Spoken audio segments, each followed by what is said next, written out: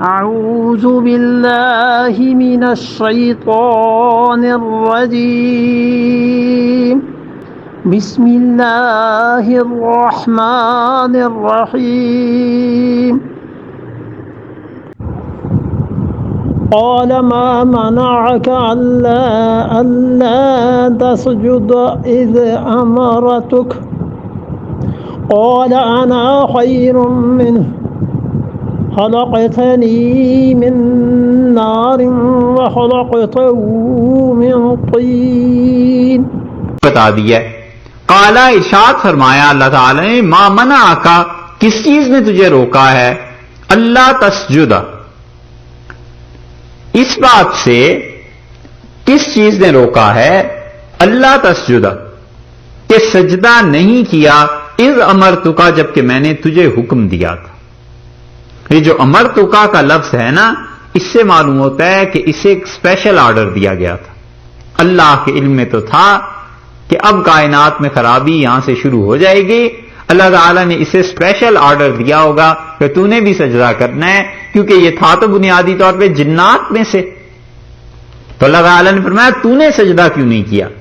یہ اللہ کا جو لفظ ہے اس کے ترجمے میں بعض اوقات غلطی ہو جاتی ہے. اللہ اصل میں مجموعہ تو ہے ان اور لا کا. تو اگر ان اور لا کا مجموعہ ماننے کے بعد ترجمہ اس کا صرف گرامیٹیکلی کوئی کرے گا تو یہ کرے گا کہ ما منعک کس چیز نے تجھے منع کیا ان کے لا نہ تسجد تو سجدہ نہ کرے. کس چیز نے تجھے روکا کہ تو نہ کرے سجدہ اذ امرتک جبکہ میں نے تجھے حکم دیا تھا. اس طرح ترجمے میں آ جاتی ہے غلطی. یہاں جو لا ہے نفی کے لیے نہیں ہے.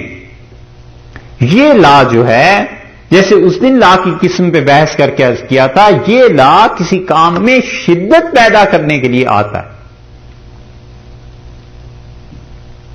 نفی کے لیے نہیں آتا بلکہ اس کام کی عظمت کے لیے آتا ہے. اور یہ مختلف قوموں میں مختلف طرح سے پایا جاتا ہے. مثلا آپ دیکھیں ہمارے ہاں عام طور پر سر کو ایسے ہلانا نفی میں شمار کیا جاتا ہے. یہی ہے نا. اور جب آدمی کسی بات پر سر دھنتا ہے تو ایسے ہی کرتا ہے. یعنی کیا بات ہے کتنا زبردست چہرہ ہے وہ بھی تو سر کو ایسے ہی کرتا ہے. یہی چیز ہے نا. تو نفی کبھی کبھی اسباب کی شدت کے لیے آتی ہے.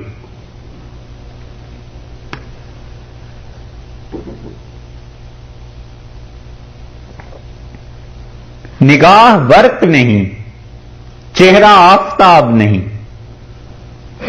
وہ آدمی ہے مگر دیکھنے کی تاب نہیں.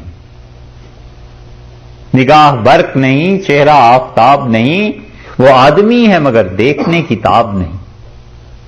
نفی جو ہے وہ شدت پیدا کرتی ہے اسباب میں پازیٹو سائڈ پر. لا اقسم بیوم القیامہ اور ہم قسم کھاتے ہیں قیامت کے دن کی. اب یہ ترجمہ تھوڑا ہو جائے گا کہ ہم قیامت کے دن کی قسم نہیں کھاتے.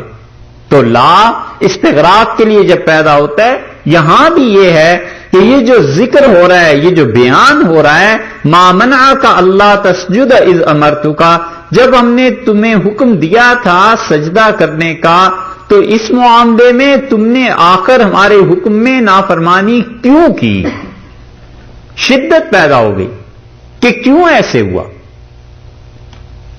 قالا بولا اور کہتا ہے انا خیر منہ میں اس سے اچھا ہوں. حضرت آدم علیہ الصلوۃ والسلام سے. اور دلیل کیا ہے خلقتنی آپ نے مجھے پیدا کیا ہے من نار آگ سے وخلقتا اور آپ نے پیدا کیا ہے ہو آدم علیہ السلام کو من تین گارے سے مٹی سے. مقدمہ یہ بنا کہ اس نے کہا کہ دیکھیے جناب آگ جو ہے وہ مٹی سے اچھی ہے. ایک بات ہوئی. اور دوسرا مقدمہ اس نے ساتھ یہ جوڑ لیا کہ میں آگ سے پیدا ہوا ہوں یہ مٹی سے پیدا ہوا ہے.